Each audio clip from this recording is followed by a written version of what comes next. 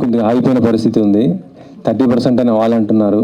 మీరు ఎవరు సపోర్ట్ ఉన్నారు, కార్మికులుగా లేకపోతే ప్రొడ్యూసర్స్గా?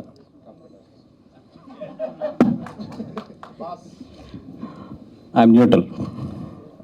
అలా కాదు సార్, ఎందుకంటే 24 క్రాప్స్ అనేది అందరూ ఉంటాం దాంట్లో. 3 years అయింది, పెంచాలి. అది ఇన్వెటబుల్, అది అందరికీ తెలిసిన విషయమే. But at the same time అడుగుతున్నది కొంచెం బాగా ఎక్కువ ఉంది. దాన్ని న్యూట్రల్ కొంచెం దాన్ని బ్యాలెన్స్ చేయమని చెప్పి ప్రొడ్యూసర్స్ అడుగుతున్నారు. We are not against to increase the ఇవి, but at the same time whatever వాళ్ళు 30%, 10% అంటే థర్డ్ ఇయర్కి వచ్చినప్పుడు 50% పెరుగుతుంది. అండ్ మళ్ళీ థర్డ్ ఇయర్లో పెంచాలి, అయిపోద్ది కదా మళ్ళీ 3 years టైం. సో అది కొంచెం లాజికల్గా లేదనేదే ప్రొడ్యూసర్స్ క్వశ్చన్ అంతే. ఇప్పుడు ఈ విషయం వేతనాల నుంచి ఇంకొక విషయంకి పోయింది, స్కిల్స్ అనేది. సినిమా ఇది ఒక్క క్వశ్చన్కి చెప్పండి చాలు సార్. స్కిల్ అంటే మన దగ్గర అంత లేదు, అందుకే మేము బొంబాయి నుంచి తెప్పించుకుంటున్నాం డాన్సర్స్ కానీ మిగతా వాళ్ళని. యాక్చువల్ చెప్పాలంటే మన దగ్గర నుంచి pan India movies, pan India డైరెక్టర్లు కానీ మొత్తం మన సినిమాలు మనకి నేషనల్ అవార్డ్స్ వచ్చాయి, ఆస్కార్ అవార్డ్స్ వచ్చాయి. దీనిపైన మీరు ఏమంటారు సార్? స్కిల్స్ లేవా మన దగ్గర అంత? మీరు ఒక సీనియర్ ప్రొడ్యూసర్గానే చెప్పండి, ఎందుకంటే మీకు ఉన్న ఎక్స్పీరియన్స్ తెలుసు, చిన్న సినిమాల నుంచి పెద్ద సినిమాలు అన్నీ చేస్తుంటారు కాబట్టి. ఈరోజు తెలుగు సినిమా ఒక ఇంటర్నేషనల్ లెవెల్కి వెళ్ళింది. బట్ ఎన్ని సినిమాలు వెళ్ళినాయి? ఒక 4-5 ఫిలిమ్స్ ఒక గట్టిగా తంతే తెలుగు నుంచి ఇప్పుడు రన్నింగ్లో ఉన్నాయి కానీ పాతవి కానీ అన్నీ చూసుకుంటే ఒక 10-12 ఫిలిమ్స్ మనకి ఇంటర్నేషనల్ లెవెల్లో చాలా మంచి పేరు వచ్చింది. సో ప్రతిదీ కూడా ఆ 10-12 సినిమా ఏదైతే ఈ 10-12 సినిమాలు ఉన్నాయో ఆ సినిమా నుంచే ఇండస్ట్రీ క్యాలిక్యులేషన్ కానీ ఇండస్ట్రీ ప్రాఫిట్స్ కానీ లెక్కేసుకుంటే తప్పది. ఆ 10 సినిమాలు వచ్చిన టైంలో ఈ 5-6 ఇయర్స్లో 200-300 సినిమాలు చిన్న సినిమాలు, మిడ్ రేంజ్ సినిమాలు వచ్చినాయి. మరి అన్నిటి మాట ఏంటి? ఆ 10 సినిమాలను చూసి మనం చాలా ఎదిగిపోయాము, రెవెన్యూస్ పెరిగిపోయినాయి అంటే అది తప్పది. అది కేవలం ఆ 10 సినిమాల వరకు సంబంధించిన ఇదే తప్పితే, ఇప్పుడు ఈరోజు చిన్న సినిమా జరగాలంటే నేను చెప్తున్నా కదా, నాకు ఒక చిన్న సినిమా తీస్తున్నాను, నాకు 12-13 కోట్లు లేకుండా సినిమా తీయలేకపోతున్నాను నేను. అది ఆర్టిఫిషియల్ రెమ్యునేషన్స్ అవ్వచ్చు, అన్నీ ఒకటి కాదు, from the diesel to everything పెరిగిపోయినాయి ఈరోజు. సో అట్లాంటప్పుడు నిజంగా ఈరోజు ప్రొడ్యూసర్కి ఒక చిన్న సినిమా కానీ ఒక మిడ్ రేంజ్ సినిమా తీస్తున్నప్పుడు డబ్బులు మిగలట్లేదు ప్రొడ్యూసర్కి. అదైతే నేను 100% చెప్తాను. Until unless that's extraordinary hit. ఎందుకంటే హిట్ కూడా ఈరోజు జనాలు థియేటర్లోకి రావట్లేదు, బాగానే ఉందని కూడా థియేటర్లోకి రావట్లేదు. అట్లాంటప్పుడు ఒక ఎక్స్ట్రాడినరీ హిట్స్ ఒక ప్రొడ్యూసర్ ఎన్ని సినిమాలు తీస్తాడు లైఫ్లోని? Correct sir. మీకు ఎందుకు అంత ఖర్చు అవుతుంది అంటున్నాను నేను. ఇది మీకు ఎందుకు అంత ఖర్చు అవుతుంది? చిన్న సినిమానే కానీ ఎందుకు అంత ఖర్చు అవుతుంది? అన్నీ పెరిగిపోయినాయి.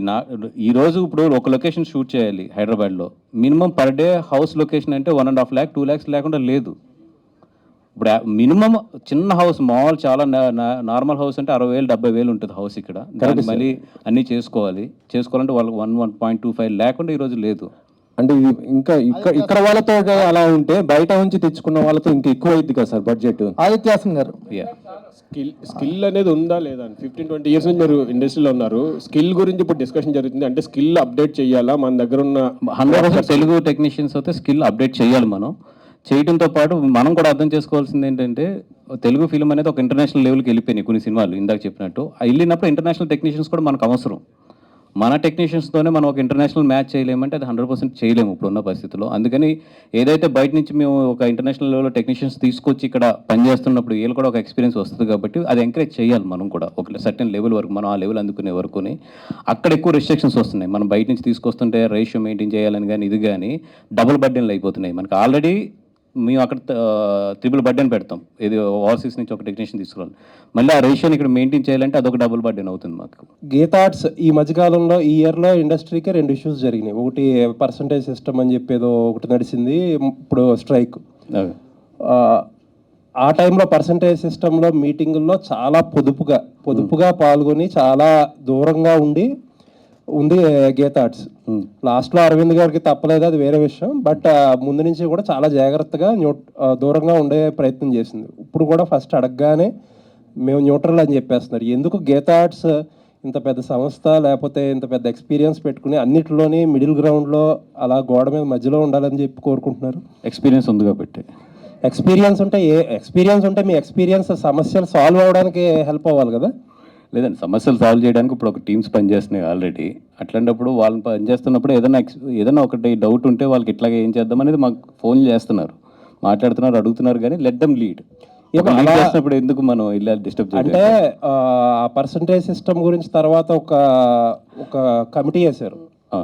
ఆ కమిటీలో ఇండస్ట్రీలో ఉన్నారు, పెద్ద పెద్ద వాళ్ళు అందరూ ఉన్నారు, చిన్న చిన్న వాళ్ళు అందరూ ఉన్నారు, డిస్ట్రిబ్యూటర్లు ఉన్నారు, ఎగ్జిబిటర్స్ ఉన్నారు, అందరూ ఉన్నారు. ఒక గీతా ఆర్ట్స్ నుంచి లేరు. మిమ్మల్ని అడిగితే మీరు మాకు అసలు తెలియదు దాని గురించి అని చెప్పారు. Communication gap. అక్కడ ఛాంబర్లో అటు ప్రొడ్యూసర్స్ కౌన్సిల్లో ఒకళ్ళిద్దరిని అడిగితే వాళ్ళు ఇన్వాల్వ్ అవ్వట్లేదు కాబట్టి మేము కలుపుకోలేదు అన్నారు. ఇప్పుడు అంతేనండి. ఇప్పుడు వాళ్ళు లీడ్ చేస్తున్నప్పుడు లెట్ దమ్ లీడ్. ఏదైనా ఉంటే మాట్లాడుతున్నారు మనతో. ఇప్పుడు మొన్న మీటింగ్ కూడా అరవింద్ గారు వెళ్ళారు. నిన్న కూడా అందరూ వస్తే కలిశారు. కలిసి ఆయన వాల్యుబుల్ సజెషన్స్ ఏమైనా అన్నీ కూడా ఇస్తున్నారు. అట్లాగే బాపీ కానీ ఎవరైనా కాల్ చేసినా కూడా నాతో ఫోన్లో మాట్లాడుతున్నారు, ఏం జరుగుతుంది ఏంటనేది కూడా అప్డేట్ చేస్తున్నారు. మొత్తం ఒక 10 మంది లీడ్ చేసినప్పుడు లెట్ దమ్ లీడ్ అనేది మాకు ఉంటుంది. ఇప్పుడు మనం ఇంత ఎక్స్పీరియన్స్తో మీరెందుకు లీడ్ చేయట్లేదు అనేది క్వశ్చన్. ఎక్స్పీరియన్స్ ఉంటే సజెషన్ వరకు బాగుంటుంది. లీడ్ అనేది లెట్ దమ్ లీడ్ అనేది. Okay Vasu garu, yes sir. మీ యువర్ ఆర్యా దగ్గర నుంచి ఇప్పటి వరకు యూ బీన్ డిస్ట్రిబ్యూటింగ్ అండ్ వేరే సినిమాలను కొనేసి కూడా చేస్తున్నారు. సో అప్పటికి జడ్జిమెంట్లో ఏమైనా తేడా వచ్చినట్లు ఏమైనా అనిపిస్తుందా, లేదంటే you still think you are in the same బిగినింగ్లో ఉండేంత పట్టు ఇప్పుడు కూడా ఉందంట? లేదండి, ఇప్పుడు జనరేషన్ మారుతుంది. Even now I mean a learning stage. That's why I'm ఇప్పుడు ముంబైలో బన్నీ గారు అట్లీ గారు సినిమా చూస్తే even it's Sun Pictures I'm working as a like executive producer for that film. ఎందుకంటే లెర్నింగ్ ఇవన్నీ కూడా. అట్లాగే ఇప్పుడు ఏంటంటే యంగ్స్టర్స్ అందరితో కూర్చుని మళ్ళీ నాకు ఒక 4-5 years వీళ్ళందరితో కూర్చుంటే తప్పితే మళ్ళీ నేను ఈ జనరేషన్కి అందుకోలేము. ఏదైతే మా జనరేషన్లో అప్పుడు ఉందో ఆ జడ్జిమెంట్ అయితే ఇప్పుడు పనిచేయదు. 100% డేస్ అయితే మారిని. ఇప్పుడు మేము అప్డేట్ అవ్వకపోతే మేము ఖాళీ చేయవలసిందే. ఖాళీ చేయకుండా ఉండడానికి ప్రయత్నిస్తున్నాం అంతే. వాసు గారు, అదే ఇందాక స్ట్రైక్ విషయం గురించేనండి. లైక్ పవన్ కళ్యాణ్ గారిని కూడా కలిశారు కొంతమంది ప్రొడ్యూసర్లు, తర్వాత చిరంజీవి గారిని కలిశారు. నిన్న బాలకృష్ణ గారిని కూడా కలవడం జరిగింది. ఆ మీటింగ్స్కి ఏమైనా మీరు అటెండ్ అయ్యారా ఏంటి? లేదండి, మోస్ట్ ఆఫ్ ది నేను అక్కడ ఉంటున్నాను, ముంబైలోనే ఉంటున్నాను. ఇప్పుడు కూడా అక్కడికే బయలుదేరాలి. అలా ఫ్లైట్ కూడా మిస్ అయిపోయింది ఇప్పుడు. అది చెప్పాను కదా, అందుకే ఎక్కువ యాక్టివ్ ఉండట్లేదు. అండ్ ఏం జరుగుతుందో మాత్రం నేను ఫోన్లో అప్డేట్ తీసుకుంటూ ఉన్నాను మొత్తం. సో నెక్స్ట్ మీటింగ్కి ఏమన్నా అటెండ్ అవుతారా, మీరు కూడా పార్టిసిపేట్ చేస్తారా? ఇప్పుడు ఇంకా మొన్న తిట్లు పడి మెయిన్ మీటింగ్కి వెళ్ళలేదని చెప్పి డెఫినెట్గా వెళ్తాను నెక్స్ట్ మీటింగ్కి.